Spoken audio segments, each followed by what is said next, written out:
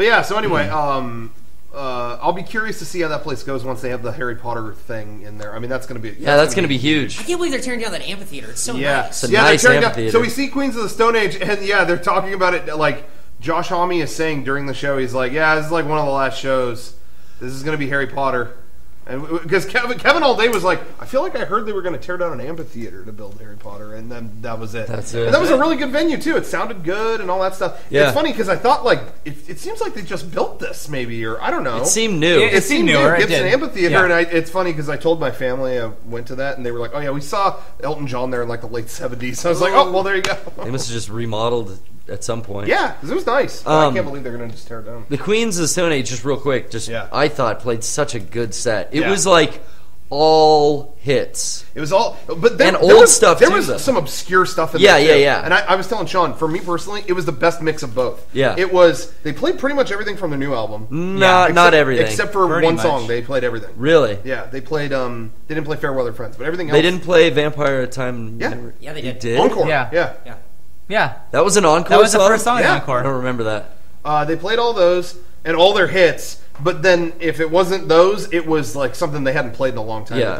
When they played "Better Living Through Chemistry," do you remember that song? Is that the? Well, I know they had played all the static and shit. Oh yeah, I was stoked they played "Monster in the Parasol." Yeah, I thought that would be kind of a B-side. Yeah, and that haven't played that in a long the time. video and the lights for that song. Yeah. Were fucking awesome. Yeah, it was awesome.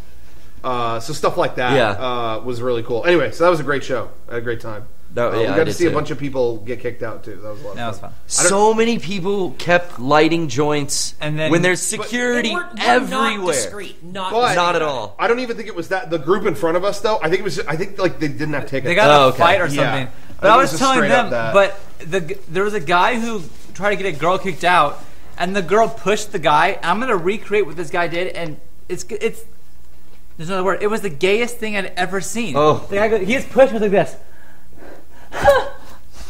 He goes get security. It's like, dude, you got security for your girlfriend. Yeah, cool, bro. Cool Queens of the Stone Age concert. What a nightmare girlfriend that must have been. When they all got kicked out, one of the girls there looked and sounded. If you had honestly, Droopy. If Droopy was in real life, she just had this big kind of. She had really big cheeks, but they were kind of saggy a little bit, and she was just like that. And then they all got kicked out, and she walked out. She had real dark makeup too.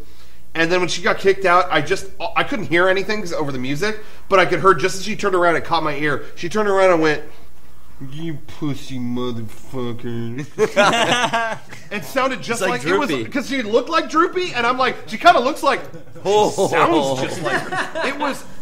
I'd never seen anything that perfect. It was just "you pussy motherfucker." Who voiced Droopy? I don't know. I have no idea. Was that Mel Blanc? That was no. I feel like it was a guy that did like a lot of other stuff. I thought so too. Yeah, I think so.